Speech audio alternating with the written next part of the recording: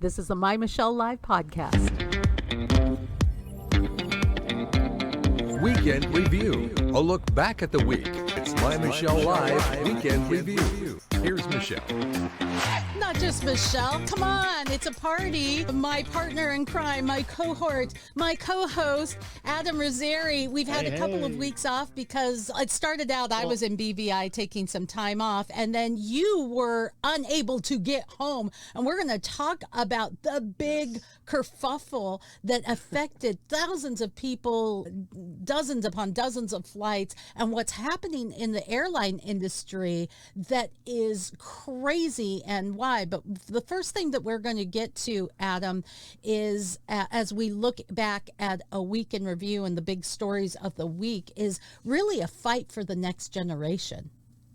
That's really what it is. We're seeing so much coming at our worlds, right? Like our personal lives, our professional lives, and our schools. We're seeing so much coming to really take this piece of clay that is humanity, and they're trying to squeeze it and change it and contort it into something that is just really inauthentic. Cancel culture is definitely a big part of that. Canceling things that we all know to be true, commonsensical kind of things. I'm not a biologist sort of things. and it's really never ending. It seems that way, at least. But frankly, that's the beauty is there are people that are seeing things for what they are. There are people that are saying no.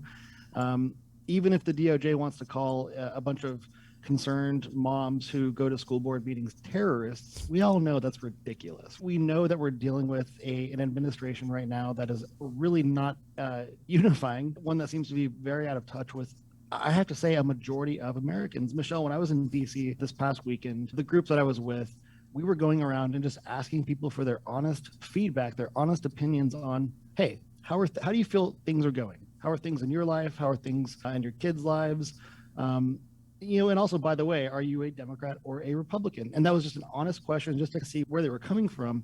And I spoke to a lot of people who voted Democrat in the last election who are really upset about how things are going. It's easy for people on the right to say, oh, this is ridiculous. We're going down the drain. What's going on with America? But the people on the left are saying, this is not what we paid for. This is not what we voted for. It's not what I signed up for. I think there's hope in that. I think there's hope in that because people are starting to realize that your vote does matter. And also, too, the powers that be, I think, are realizing that we're watching, right? We're watching the school boards. We're watching what the DOJ is doing. We're watching what the administration is saying as well. And you know what? We're at a point now where we have to take back what is ours. We have to take back our freedoms that have been eroded. We have to take back, Michelle, common sense. That's where we're at. We see the media coming at us from a very biased angle. We see business trying to impose things on us that are insane. My wife, she's pregnant, and she is, God bless her, she is an incredible pregnant lady. I'll just give you that disclaimer. But she starts sending me these texts, and there were a lot of profanity in her text messages, and I quickly realized why. Her employer was mandating that she sit through a gender identity training that was basically saying women are not women and men are not men. And by the way, it's really hurtful to call a fireman and a policeman, trying to play the pronoun game. And you have these publicly traded companies who are force feeding socialist propaganda down a diverse employee base of potentially thousands of people. And a lot of those people don't agree. That's why you see whistleblowers coming out from companies like Coca-Cola, whistleblowers exposing this very politically biased, I guess you might say, material that is impacting how companies choose to do business. And now as consumers in the market, we have to realize we have a choice about who we do business with. We have a choice about how we spend our money. We have a choice about how we engage our attention. And is it going to be a social media platform? Is it going to be a woke company? How are we going to do that? And as we make those decisions, we also have to realize, too, coming up, how are we going to vote in November? We do have a choice. But, Michelle, it's really easy to get caught in the nitty-gritty and to feel despair and to feel like the world is just totally lost. I'm trying to convey a message of hope because I think there is hope following my conversations with a lot of people who are on the left and on the right alike. Yeah, you're right. There is hope because with the pushback, things are happening. You mentioned school boards and domestic terrorism. And as we open the show with some of the effects of this week's news on the next generation, the NSBA, which is the National School Board Association, they actually issued an apology for a letter asking the Justice Department to investigate parents as domestic terrorism. There's been some heads that have rolled. Netflix, we talked about on our entertainment review. Netflix has fired hundreds of employees, and those employees were the woke employees. They canceled a kids program that they were going to put out, which was called The Racist Baby. They have so be careful of your child in the womb. It's already floating in racist embiotic fluid apparently, but Netflix has been bleeding subscribers, and they realize the woke thing isn't working. People are saying, you know what, I've had enough. So that, I think that's a part of the solution. This is that hope that you're talking about, folks, as you push back and say, hey, we're delving into the area of the ridiculous. We need to dial it back. And we don't see it any worse, Adam, than that huge issue, the biggest issue of the last week. 21 victims who died in the Texas school shooting. You're in Texas. How is the area taking it? There's just I know that there's a veil of darkness that has just come over the entire area there. Michelle, this is extremely difficult. The last time I went hunting, and I'm a hunter that I only eat what I kill. I don't just shoot for fun. The last time I went hunting, Uvalde happens to be the place where I got my deer cleaned. My uncle has a ranch that's just very slightly outside Uvalde in Bracketville. It's a very small community. Uvalde, since the border crisis started, it's a town of about 15,000 people. And with the border crisis, you've had about 55,000 additional people, migrants, coming through that community, just decimating it for what it is, being a small town. And then you have this kid who was basically 18, but he was 16 when the border crisis kind of started. And this kid that has been living in a bit of chaos, this state of lawlessness, this environment that's really not suited for anyone who is a teenager by any means. And we're trying to come to terms with why and what the heck happened and what didn't happen. That's alongside just the natural grieving process of realizing that we lost these babies, these fourth graders, this teacher. And then there's the story, of course, of the teacher's husband who literally passed away 2 days later, just for a broken heart, basically.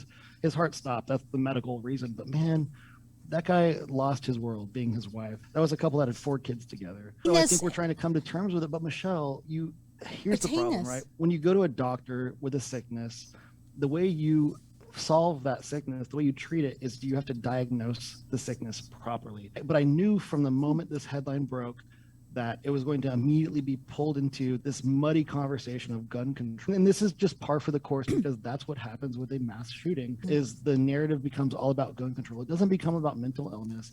It doesn't become about neglect that this kid might have faced as a teenager. They don't discuss things like restorative justice in schools and how that's unfair. They don't want to talk about the real problems. And that's why I don't see this going away anytime soon. It's going to be a problem that persists from time and time again. About gun issues or backgrounds checks. That's an important conversation.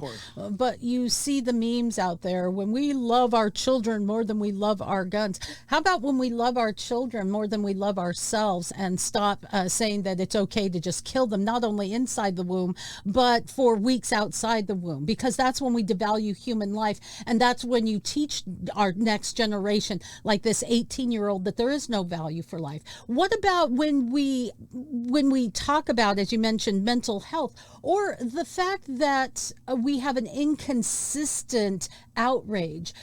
Facebook, if I were to, and I have talked about my concern about vaccines and some of the dangers involved in vaccines, you are canceled. Boom.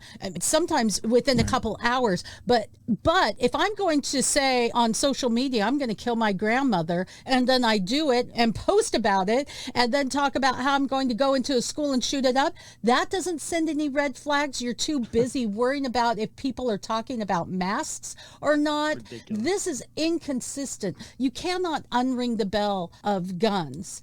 And if you outlaw guns, people, only outlaws will have guns. Well, If there you're were exactly good right, people, Michelle. Consider the fact that you have places like Chicago, which has the most strict gun laws in our country, and statistically, by definition of mass shooting, there's a mass shooting there almost every single weekend, and nobody talks about it.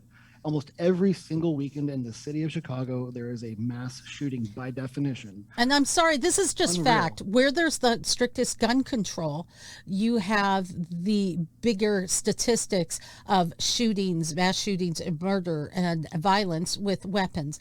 And so if gun control really worked, great. Let's talk about it. Let's see how we can make that happen. Unfortunately, it doesn't play out statistically. So Yeah. what we really need to look at is what some of the bigger issues are. And there are more issues, some big issues that come into play in this. Officers waited to engage in the shooting because they were concerned they could be shot. Now, if I were a teacher and if they allowed teachers to have guns, that would have lasted, I don't know if they would have even gotten past their first round before someone would be out there saying, I'm taking you down. But when we rely on officers and they're hanging back as children are being slaughtered, that's a concern. The White House, Adam, was waiting on more details, and they didn't want to prejudice the police response invasion issue, but they had no problem weighing in on gun control. So again, inconsistency. Like they had no problem there calling this kid a racist for defending himself. But you're right. So there are things that are yet to be understood in respect of the terrible, I'll call it a massacre in Uvalde. If you have a gunfight inside a school, keep in mind the shooter was inside a classroom, but there's other classrooms there. There's other kids around. Crossfire is a real thing, and a .223 rifle, that's a high velocity bullet that can go through walls.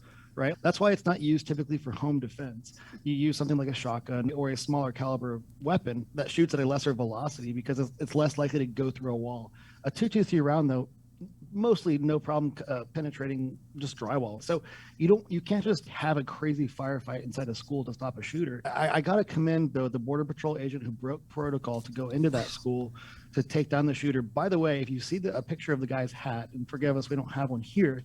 He wore one of those trucker hats because he was off duty, and the plastic to his hat was literally singed because the bullet came that close to basically taking him out. If that bullet was a fraction of an inch lower, it would have been in his head, but instead it just singed the plastic of his hat and it took off some hair and cut his scalp. I mean, first, what a hero. But that kid, man, the shooter himself, I think that there has to be enough time settled so that research can do its thing to help us understand what happened here. And I think that we'll see that this is obviously a kid that comes from a broken home, living with his grandmother who was basically evicting his mother, who was a drug addict, no father in sight. This kid is almost a ticking time bomb if you're really looking at it seriously. When it comes to guns in schools beyond just the police, I will say about 30% of schools in Texas, 30% of school districts do allow teachers to carry inside the classroom. But even still, a lot of teachers just don't because they hope and think that this kind of thing could never happen. You have to harden schools when it comes to making them targets. You have to lock doors. You have to make one point of entry. And then also like when you enter a bank ATM at night, your debit card that opens the first door, but there's a second door that stops you from actually accessing the rest of the bank itself, a box.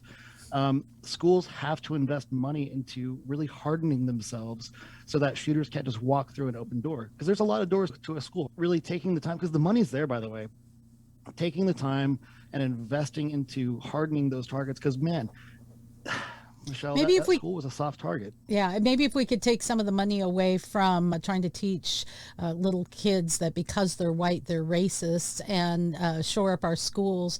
Maybe if we really talk about some of the bigger issues, what broken homes do, when we look at socialism and the Black Lives Matter and the other issues of the day, Jane's Revenge, for example, that says, we're here to tear down the family, the traditional family. Congratulations.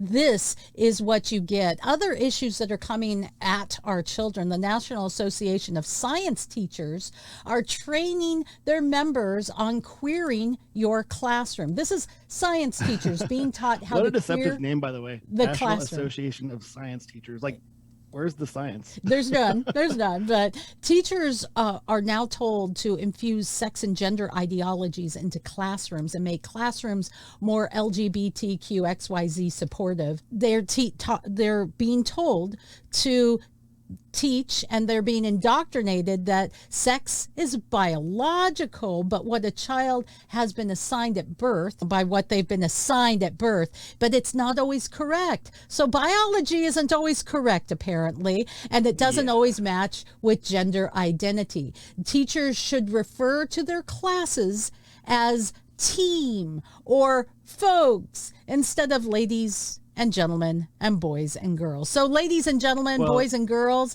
we got crazy going on. Well, here. Michelle, according to what our businesses are teaching people today on this same topic, you also can't refer to your children as brothers and sisters.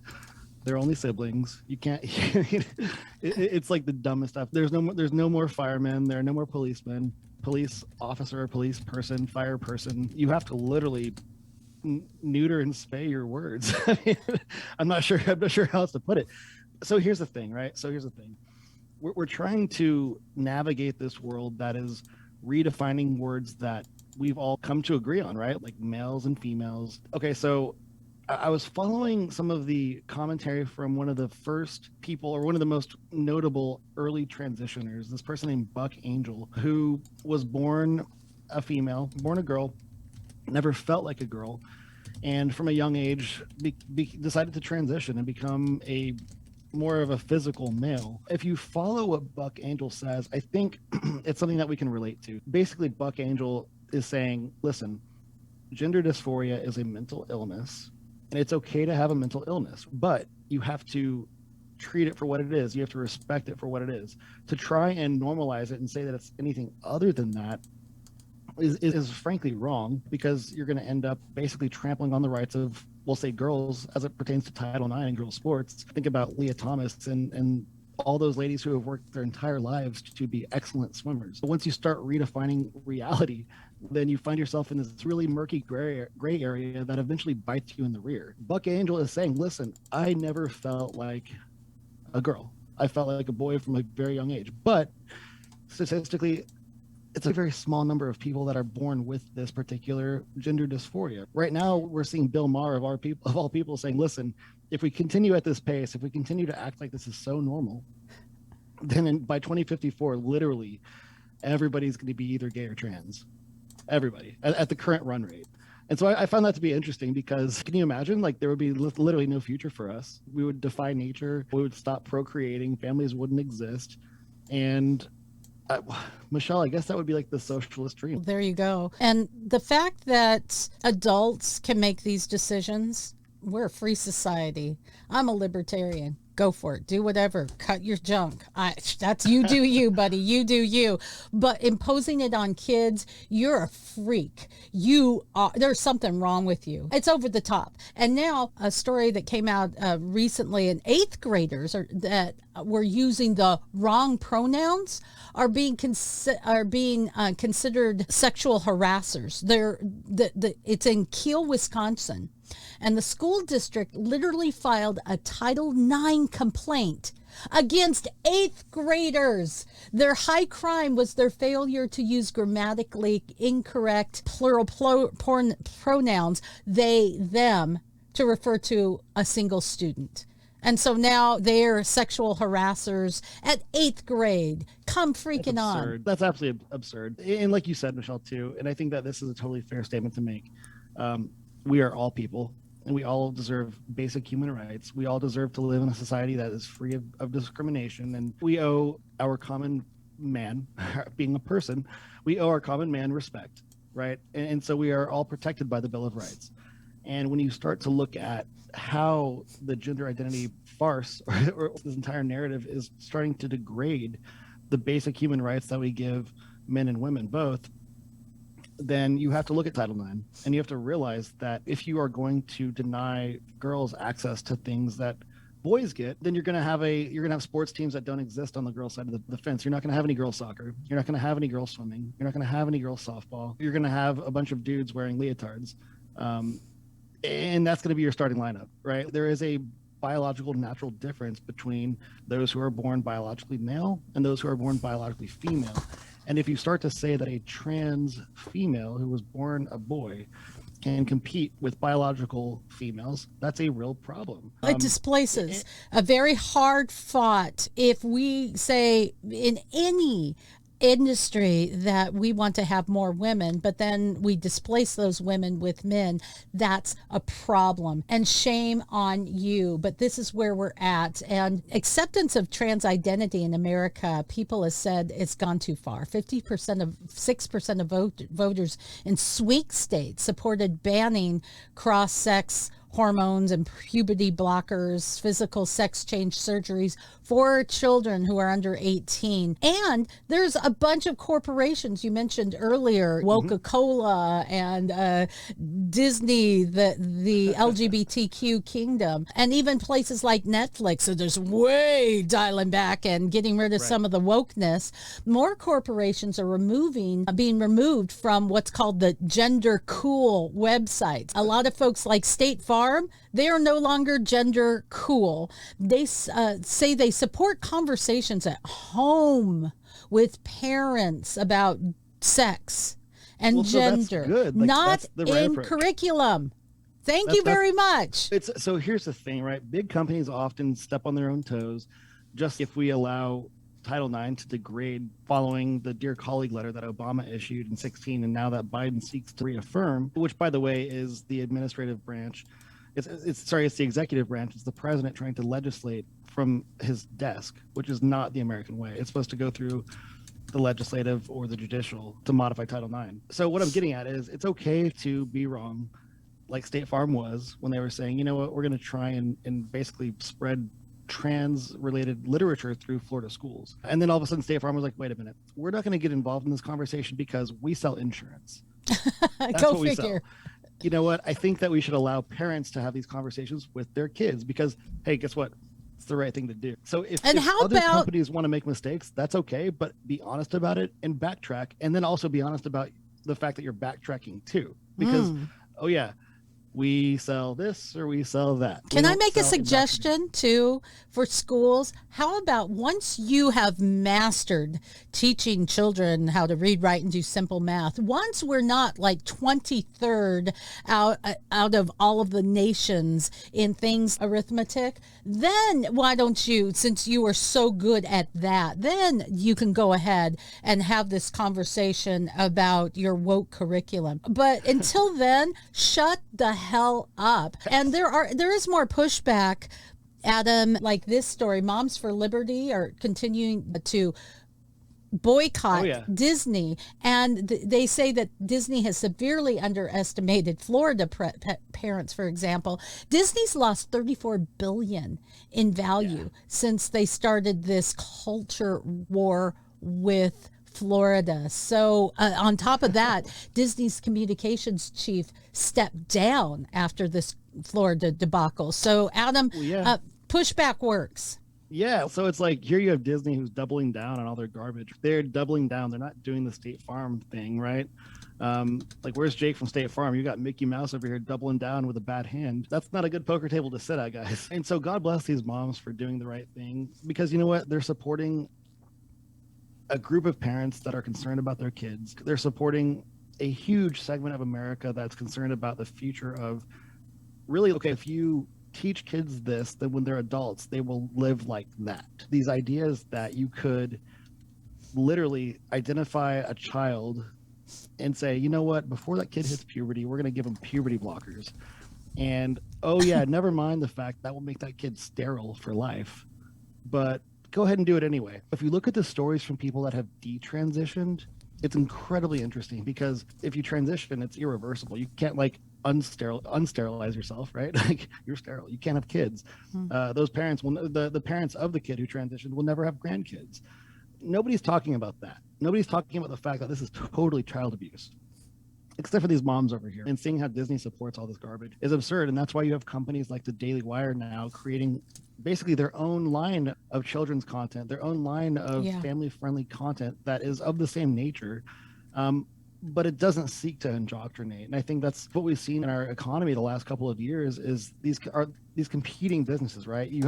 There's literally a competitor for Amazon right now, a company called RightForge, led by Martina Vila. People want choices in the market, but you have a lot of the bigger fish right now subscribing to this agenda of indoctrination. Michelle, I think we see right through it. The problem is these are heavy hitters here, and the banks are on board for the most part too. So when you have big companies that are making decisions until they aren't, 34 billion in value. After a while, we know how Hollywood works. We know how those industries work. We know how business works. When it starts hitting you in your pocketbook, suddenly your values just aren't there. And we see that with issue that we've talked about much in the past, and we won't delve into today, is how we work with China. You know, we care about social justice. We care about LGBTQ issues, right, Disney? But when it's the China market, we don't want to offend them because that's a lot of money. So we're going to take out those 7 minutes of questionable content. So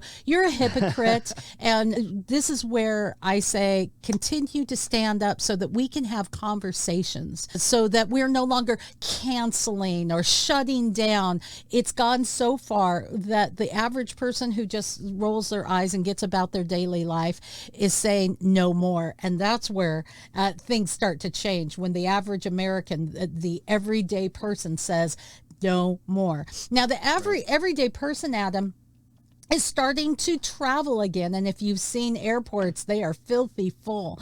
There's a lot of issues coming out of the airlines. There's 18 major airlines, FAA and DOT, that are going to be sued over COVID vaccine mandates. That's huge. But even bigger is the airlines just don't seem equipped to handle not only the crowds, but simple things like weather and cancellations. And it has been absolutely nuts out there. And it has been insane. It's been insane. It's been absurd. Insert word here. It's been, as a passenger. And by the way, when I flew to DC this past weekend, that was my first flight since before the COVID mandates. I drove across the United States as an alternative. I didn't want to fly with a freaking mask on. You kidding me? So I drove to upstate New York last year. I drove to DC. I drove to Nashville. Didn't drive to California, but California's a different country these days. But now as passengers, though, you can fly on these airlines and they operate like utilities, right? It's not about customer service anymore. The days of Herb Kelleher from Southwest Airlines are over. Southwest created an incredible culture about caring for its employees. And my uncle, disclaimer, was a captain for Southwest for over 30 years. He aged out. He was forced into retirement by age, but that's an airline that I think to this day still continues to care about their employees for the most part, and continues to care about their customers.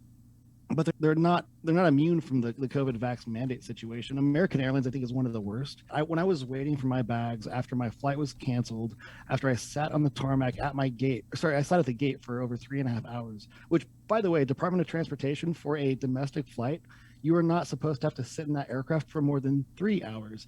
And let me tell you, at that 2.5 hour mark, people start getting really antsy. And at 2 hours and 45 minutes, people start getting angry. And then at 3 hours, people are starting to make demands. And then once you get past that 3 hour mark, for us, it was 3.5 hours. It was a passenger revolt. The flight crew didn't say anything to us. We got our bags, we stood up, we walked to the front of that plane. We said, open that hatch. And that was how it went down. And so eventually sorry? And did they open it? Oh, yeah, they opened it, but it took a little bit of convincing. I had to remind them of the Department of Transportation regulations saying, hey, 3 hour max, guys, for domestic, 4 hours for international, which 4 hours seems a little long, rough, right? And you're supposed to have water and snacks. A lot of those flights in DC didn't even have working bathrooms anymore. That's abusive. The bathroom looked like what you would imagine of a porta potty at an outdoor raceway. It looked like an entire biker gang rolled through that bathroom. It was disgusting. Okay, and let's you just can't unsee that. Let's look at the logistics of it. Weather was a problem, so planes couldn't take off. Planes can't take off, then new planes can't unload and reload because those planes are still parked there. It doesn't take a rocket scientist to say, all right, either move those planes out and offload people, or just wheel out the old-fashioned stairway and walk people across the tarmac. How hard is that? And then you have the problem of, so per the FAA, eventually when you're still sitting at the gate and you should have landed at your destination by that time, your flight crew times out. And then, oh my gosh, we had a pilot, we had a flight crew. Now we need to find another one. What state are they in right now? Oh, by the way, there's a ground stop because of weather, we think. And so they realize, oh my gosh, we have all these planes here with a lot of really uncomfortable passengers and like nobody to fly them. What do? We can't cancel the flight. Oh, but if we do cancel the flight, let's blame weather, even if it's cleared now, because that way we don't have to refund all these passengers because of weather. In our situation, when our flight was eventually canceled after just a ridiculous experience to begin with, they were offering 2 to 3 day delays to get back to our destination. So that's one thing, but they were saying, okay, it might be 2 to 3 days before we can rebook your ticket, but we're not going to give you your bags. So we're going to release you into the swamp of DC with nothing, because they also mandated gate checking as well. So if you had a carry-on, they made you check it. And so now all of a sudden, if you have extra insulin because you have diabetes, or if you have formula in there because you're carrying a kid with you, sorry, 2 to 3 days, guys, you're not going to get that. And so then because they can't find a pilot and they can't get you rebooked, you're stuck in the airport. And eventually you find a pilot who's very annoyed also. And thank God for that, because they can relate. And you get the truth. So we started talking to this pilot and he said, man, you know what, guys? Yeah, I agree. This is ridiculous. The vaccine mandates forced a lot of us into early retirement because a lot of us got COVID several times before the vaccines even existed. And guess what? We beat COVID naturally and didn't need the vaccine. So it forced a lot of the experienced pilots into early retirement. And now the airline is stuck with a shortage of pilots and they don't want to invest the money into onboarding and training new pilots to serve their customers. That's where we're at today. And that's why you had over 400 people at my baggage claim section from about 8 or 9 p.m. till 6 a.m. the next day, sending very angry looks at the American Airlines staff who really didn't want to help us at all. That's where we're at. The FAA literally violates on a daily basis its own do not fly regulation for those who have been injected with a non-approved vaccination.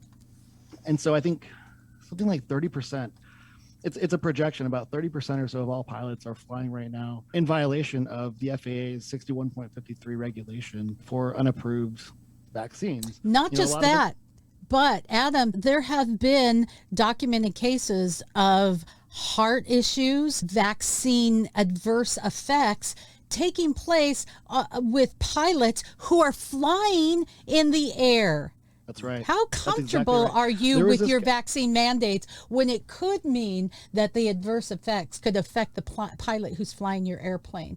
Well, there was this captain, Michelle, who flew from Denver to Dallas, and this was at gate 6 at DFW Airport. He landed the flight, and literally minutes later, he fell basically at the gate from a heart attack right after the vaccine. His name was Robert Snow.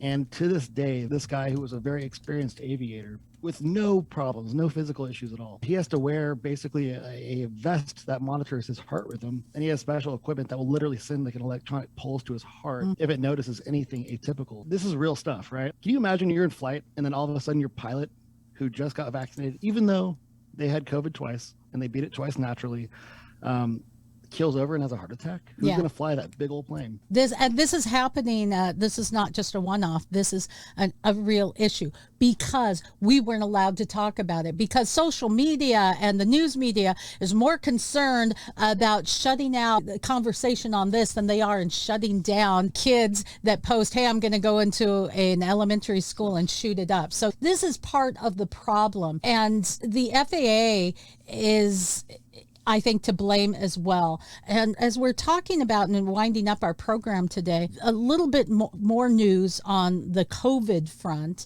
Morale is in the tank, they say, according to Navy SEAL environment. Mike Berry is with the First Liberty Institute, And they represent 35 Navy SEALs that have refused the COVID-19 vaccine mandate. They gave asked for religious accommodation requests.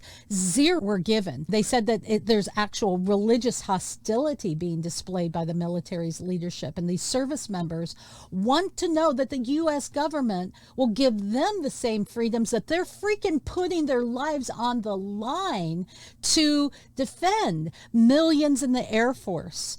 Our training costs are trashed because of COVID-19 shots, because many of the airmen said, they have already invested thousands upon thousands of dollars to train these folks, 5.5 million to be exact. And now these folks are no longer eligible because they didn't get the jab. And this is where we're at. So this is scary on every level.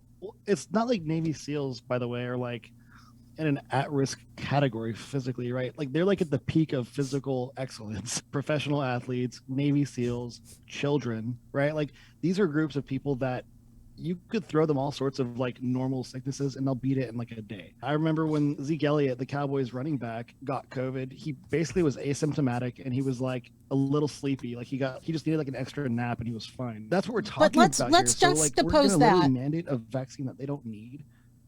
Let's juxtapose that with the issue of healthy soccer players, for example, dropping dead on the pitch a day or two after getting the vaccine. Look, I'm not opposed to the vaccine, and I think the vaccine may have saved some lives of some people who are at very high risk, but sweeping mandates just didn't make sense. And this is where a former Pfizer VP is saying that people who push this idea of universal vaccination are guilty of crimes against humanity. And this is not just some whack job like me who tends to be a little more natural health kind of person. And I'm like, okay, let's have a conversation. This is a former vice president of Pfizer, Michael Yeadon. Yeah, this is a big pharma veteran, 32 years in the industry, Adam. And he said that since the fatality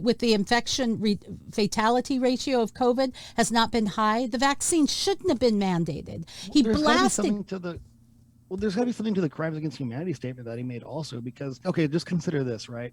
The Buffalo shooter, terrible situation there. A kid, it would seem to be an intact family. Both of his parents were engineers. And then the COVID mandates, all of a sudden he finds himself in this bored like scenario. He's a kid. And then he starts finding himself like digging into the dark web, and he's on forums like 4chan and like on his own path of exploration around like, why the heck am I sitting at home when I could be at school right now? Crimes against humanity is valid, I think, not only from the fact that COVID resulted in this kid finding his own way of radicalizing himself, but from that to like the masks in schools and the kids losing their ability to have basic human interactions. And there may be some connection to the Uvalde shooter. I'm not quite sure. We'll learn. I think that's more border crisis related and probably a whole lot of other issues compounded together. But I think this guy from Pfizer is right on. He is arguing that natural immunity was obviously stronger than any protection from jabs. He cited an article by Dr. Paul Alexander that has over 150 studies attesting to natural acquired immunity to COVID-19. There has been 1,200 plus deaths, 42,000 adverse events that are reported to Pfizer from the first day of the vaccine rollouts up until February 28th of 2021. And that's not including the year past. So there you go. There's some big issues with COVID. In fact, a brand new study that is showing that people, by the way, who are asymptomatic really don't spread it very effectively. But let's just be honest. COVID is so yesterday. Come on. COVID is yesterday. The new coolness, monkeypox. Oh my gosh. Come on. You just can't make this crap up, man. Monkeypox. So I was, this is so stupid. Monkeypox. So I was once on a radio program with this guy named Brian Glenn. He's the director of programming now at Right Side Broadcasting, and he covers a lot of cool events, and came across one of his posts on LinkedIn about monkeypox, and I thought it was great. And basically, he first makes fun of Facebook with this graphic that says, "Mark safe from monkeypox today." I was like, okay, I'm interested. And then Prevention is simple. Ignore media coverage. Do not comply. Yes, sir. Michelle, I think this is almost, I want to say made up, but I know monkeypox is a real thing. So is Ebola. So is like AIDS. Yes, it's a real thing, but the likelihood of the entire public getting it is absurd. It's absolutely, we're more likely to, get boredom. We're more likely to I don't know. Why is this a thing?